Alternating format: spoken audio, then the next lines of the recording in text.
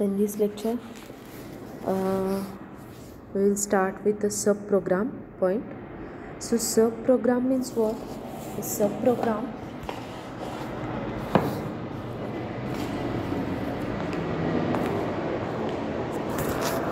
subprogram may exist as just a procedure body or a function body. The subprogram may also have a procedure declaration or a function declaration. It allows for a code reuse and simplification. The subprogram may also be used to reduce the complexity of the program.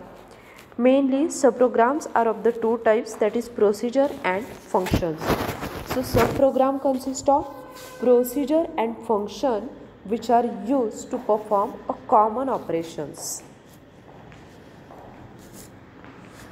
A procedure can return more than one argument and a function always return just one. In function, all parameters are input parameters. A procedure can have a input parameter, output parameter and in-out parameter. There are two types of procedure and functions, a concurrent procedure and concurrent function, and sequential procedure and sequential function. The concurrent procedure and function exist outside of the process statement or another subprogram.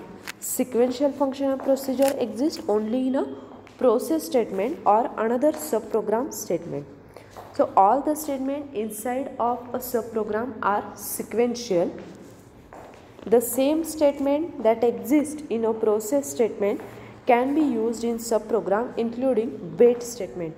A procedure exists as a separate statement in an architecture or process. A function is usually used in an assignment statement or expression.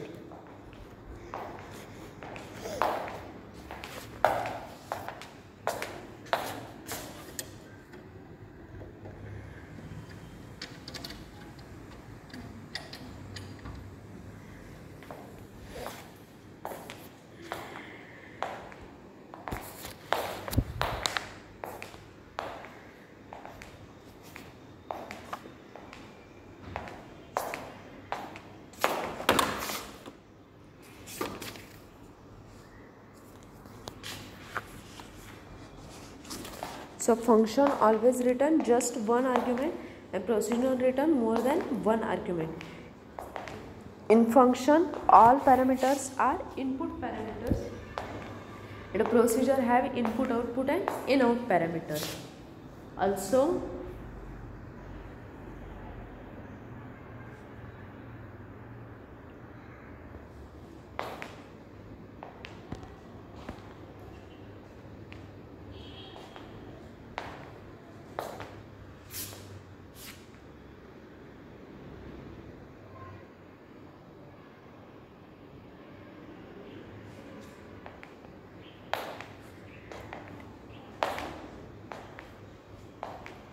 all statements inside a subprogram are sequential and a function is usually used in an assignment statement or expression. A procedure exists as a separate statement in an architecture or process. So first we will see procedure and then we will see function.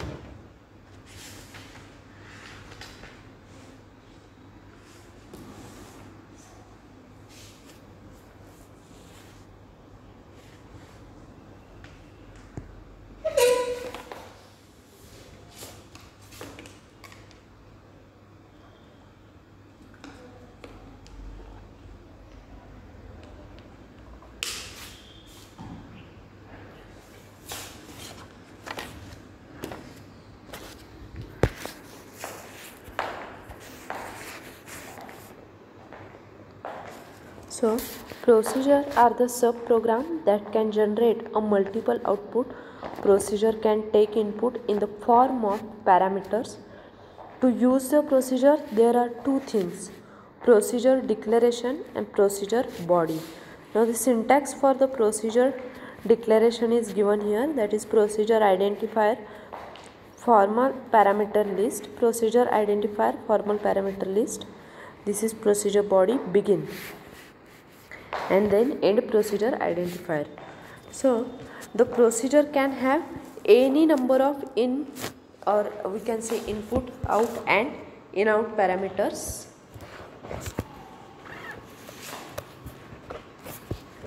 It can have any number of in, out and in out parameter. A procedure call is a separate statement, while the function usually exists as a part of part of expression. The most usual case of using a procedure is when more than one value is returned. The procedure have basically same syntax and rules as that of the function. The procedure declaration start with the keyword procedure, followed by the procedure name and then argument list. The difference between a function and procedure is that procedure argument list most likely has a direction associated with each parameter, while the function argument list does not. The procedure can be called in any place of an architecture depending on their position in VHDL code, either in architecture or in process. The procedure as a whole is executed concurrently or sequentially respectively. The procedure can feedback results to their environment via an arbitrary number of output parameters. Typically, the procedure is very useful during the conversion from an array of multi-valued type to an integer. The behavior of the procedure is to convert the input argument from an array of type to an integer.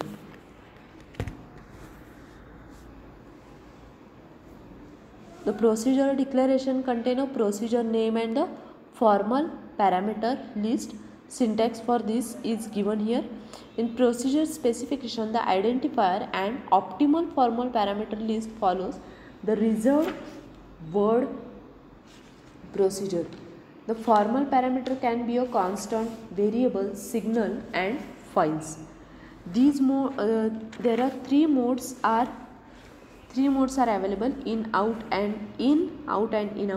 When a procedure is called, the formal parameters are replaced by actual parameter, and the procedure can be declared without any parameter.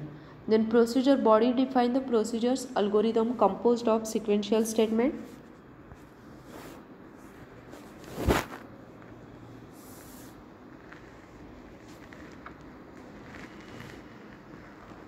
After the procedure call, it starts executing sequence of statement declared inside a procedure body. The procedure body consists of a declarative part after reserved word is and statement part placed in between reserved word begin and end. The procedure can contain any sequential statement including wait statement. Wait statement, however, cannot be used in a procedure which are called from a process with a sensitivity list or from within a function.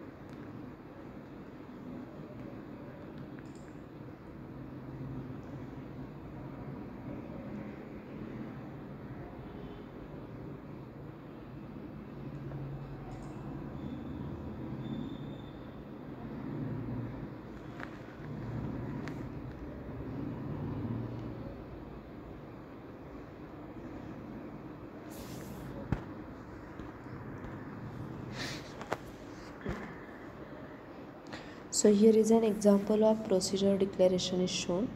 Also the procedure declaration, another example.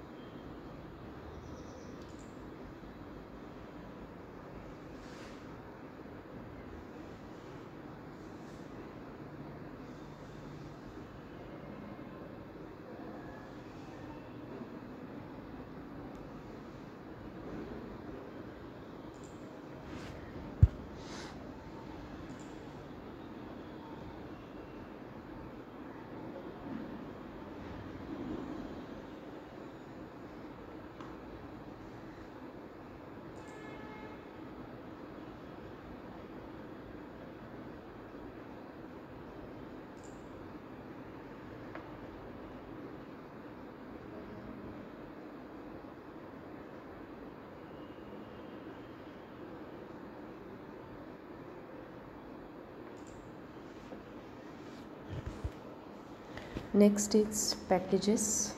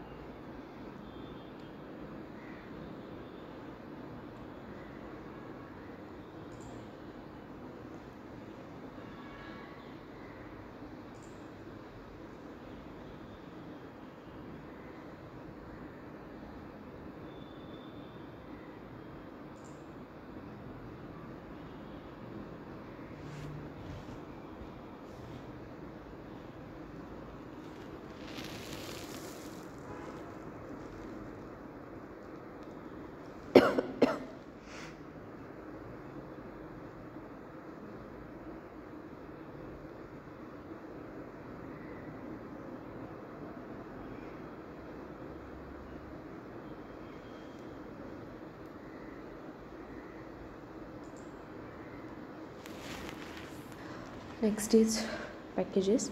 So VHDL package contain sub-program.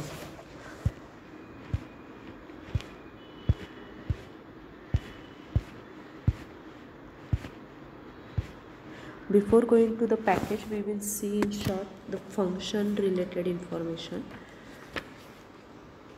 So function call is a subprogram of the form of an expression that return a value. The syntax, the functions are used wherever an expression is necessary within a VHDL statement. The functions are either pure or impure form. The pure functions always return the same value for the same set of actual parameter. Impure functions may return a different values for the same set of parameter. The result returned by a function can be of either scalar or complex type. The function definition consists of two parts, that is, the function declaration is optional and the function body it is sufficient for a correct specification. If function declaration is present, then the function body declaration must appear in the given scope. It is recommended to initialize all variables in order to enhance the clarity of the code.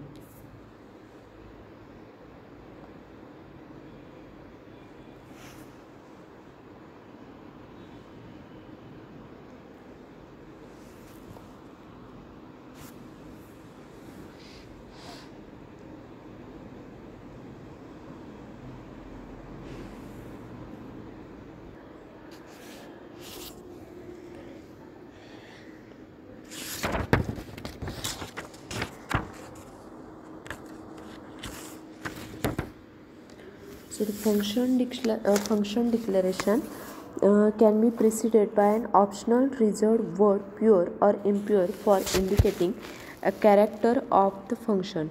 If the reserved word is omitted, then it is assumed by a default that the function is pure. The function name after the reserved word can be either an identifier or an operator symbol. The specification of new function for existing operator is allowed in VHDL and it is called operator overloading. Only constant signals and files can be a function parameter. If a file parameter is used, then it is required to specify the type of the data appearing in the opened file.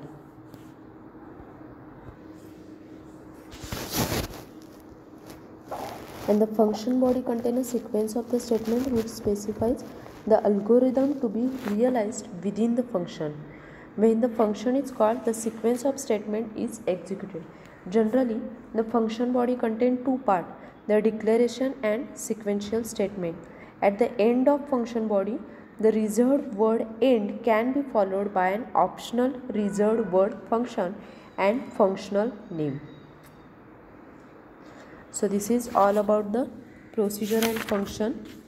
There are some points which shows the comparison between the function and procedure.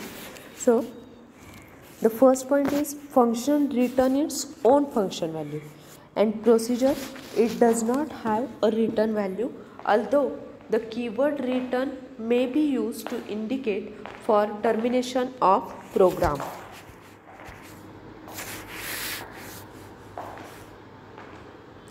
When the signal return value is there and parameters are not to be updated, the functions are used.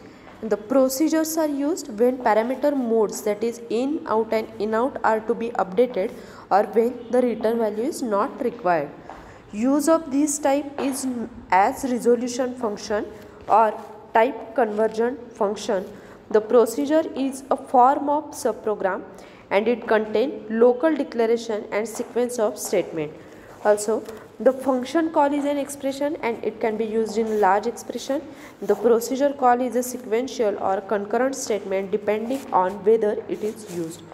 The function does not contain a wait statement. Procedure may have a wait statement. The function executes in 0 simulation time. Procedure may or may not execute in 0 simulation time. The function in function the mode is only in procedure mode can be in, out and in out. Then return only one argument of declared type, and in procedure it may not need any argument. In function it is generalized form of an expression. In procedure it is generalized form of statement. So these are the point shows the comparison between the functions and procedure. Now next is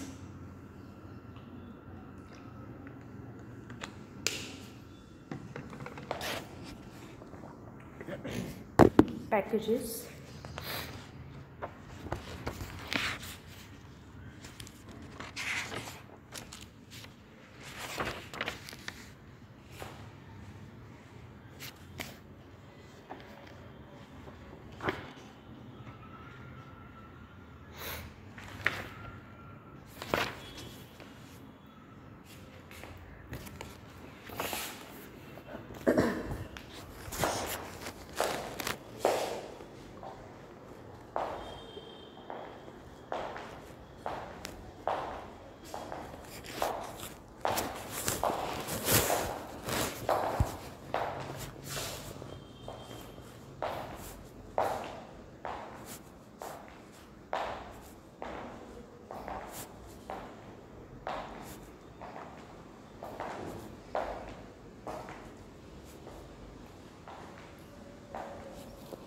So VHDL package contain a subprogram, the constant definitions and type definitions to be used throughout one or more design units. The package mechanism is a facility provided to the developer so they can reuse their old code and can save their time. Package mainly consists of two parts: package declaration and package body. So the package is a unit which groups various declarations that can be shared among several designs. The primary purpose of the package is to encapsulate elements that can be shared globally among two or more design units. A package is a common storage area used to hold a data to be shared among a number of entities. The declaring a data inside of package allows the data to be referenced by other entities, thus the data can be shared. A package consists of two parts: package declaration section and package body. So package declaration defines the interface for the package similar to the entity which define interface to a model. The package body specifies the actual behavior of the package in the same way as the architecture does for an entity.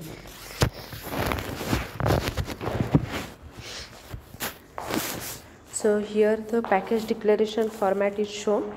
The package name, exported constant declaration, exported type declaration and subprogram declaration, and end package. Now one example is shown here. The package declaration section can contain the following declarations, that is subprogram declaration, type or subtype declaration, constant, deferred constant declaration, file declaration, signal declaration, create a global signal, license declaration, component declaration, attribute specification, disconnection specification, and use clause.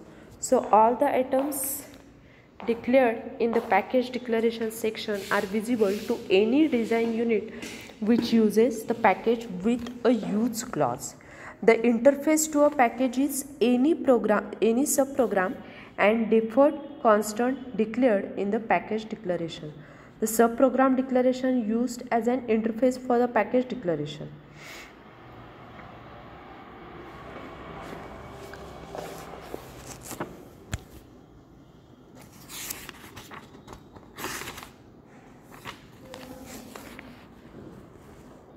Now here is a package body format. Now the main purpose of the package body is to define the values for deferred constant and specify the subprogram bodies for any subprogram declaration from the package declaration. However, the package body can contain the following declarations such as subprogram declaration, subprogram body, type and subtype declaration, constant declaration which fills in the value for the default constant, file declaration, alias declaration, use clause. So all the declaration in the package body except for the constant declaration that is specifying the value of default constant and the subprogram body declaration are local to the package body. Here package body format is given, package body, package name is export subprogram bodies, other internally used declaration and end package name. Now the example for this is considered here. So the package body statement is similar to the package declaration except a keyword body after package. This package body example contain only two items, the default constant value for the constant undriven and subprogram body for the subprogram resolve cluster.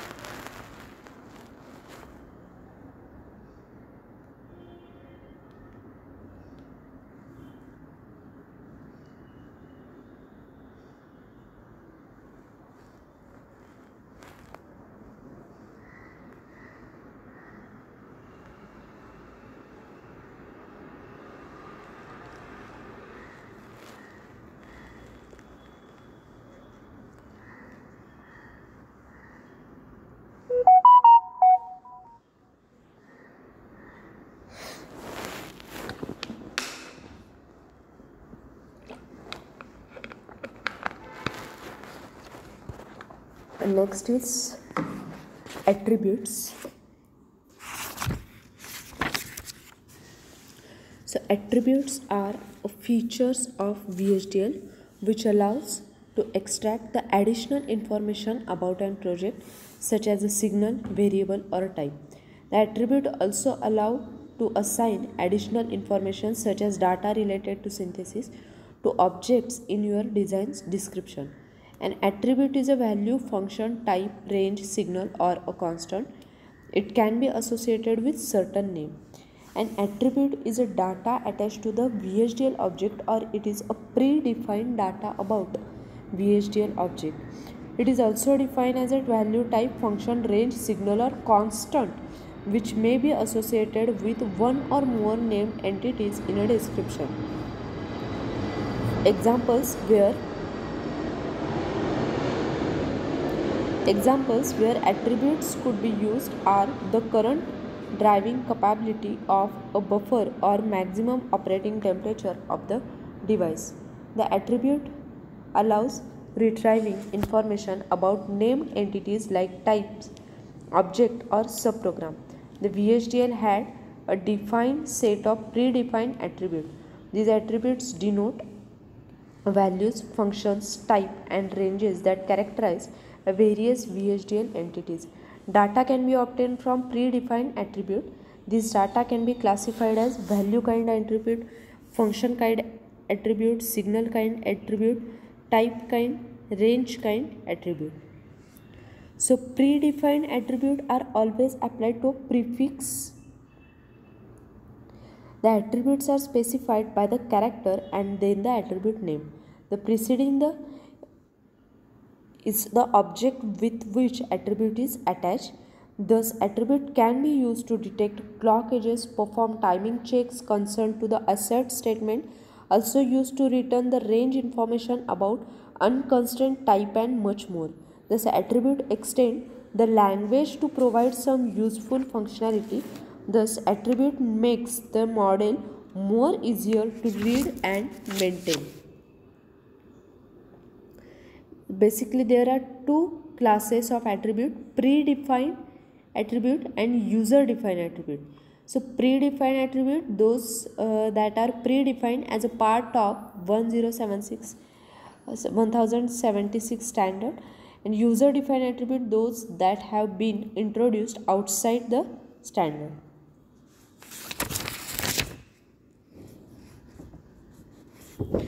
Now predefined attribute.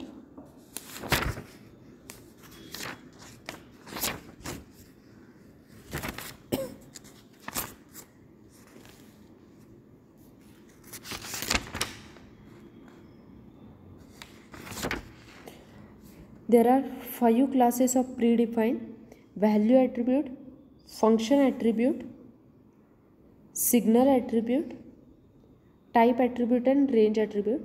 So value attribute means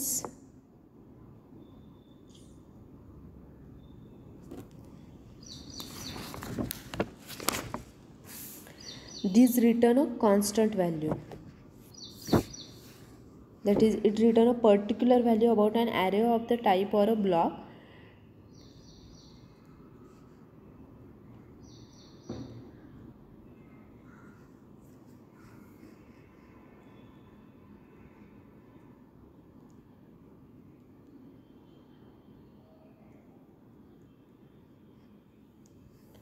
Then function attribute, it calls a function that returns value. So attribute which return information about a given type, signal, or array value are called a function kind attribute. The function kind attribute, these attributes are divided into 3 types: function type, function array, and function signal attribute. Then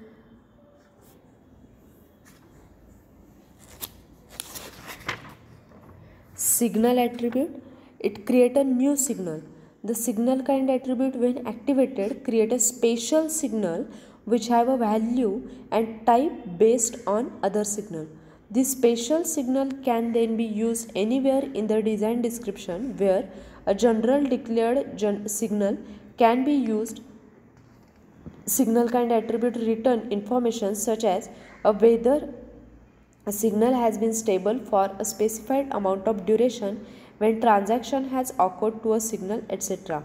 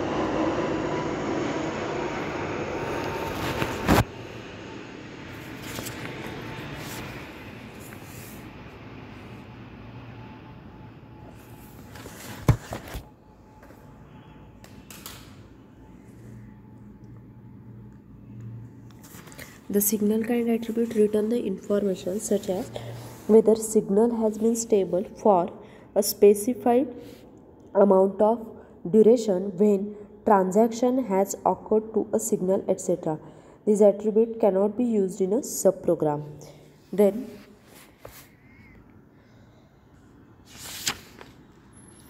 the last is range attribute, that is it return a range. The range kind attribute return a special value, that is a range, such as user might use in the declaration or looping scheme. There are two kind of range attribute, that is range and reverse range. The range, that is return the range value for a constraint array, and reverse range means it return the reverse of the range value for constraint array.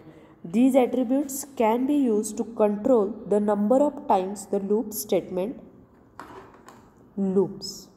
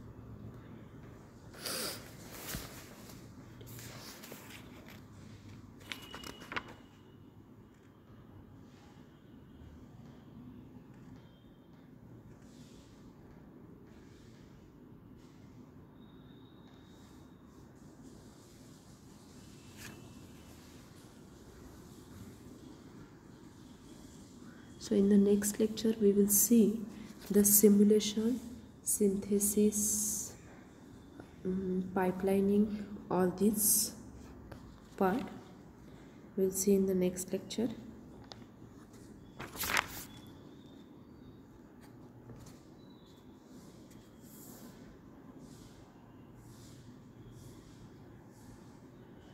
Thank you.